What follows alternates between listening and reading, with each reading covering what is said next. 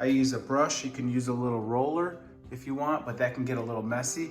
I usually put a lot on my brush and then I brush it right onto the ceiling and then I dab it like this. But you don't want those streaks in there, so when I come back, I just dab it and get it to where you want it.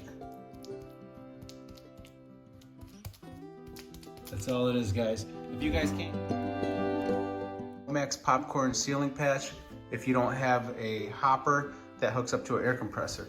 So what I do is I got a paintbrush right here, piece of cardboard, I put it up in the corner like that, and I just take this brush. I'm gonna show you guys. I got one hand on the camera and one hand trying to show you guys. So you see that? Let's go over here to this spot right here.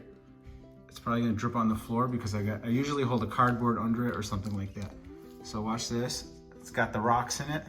This was $6.99 for a little quart size. It says it does up to 1 square foot, but to me it does a lot more, especially if you have a flat ceiling. Let me back up a little so you guys can see what's going on here. Right. Now, if I didn't have my hand on this camera, I would get this perfect, but check it out, guys. There's no difference.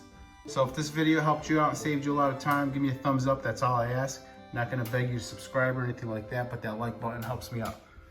Peace out.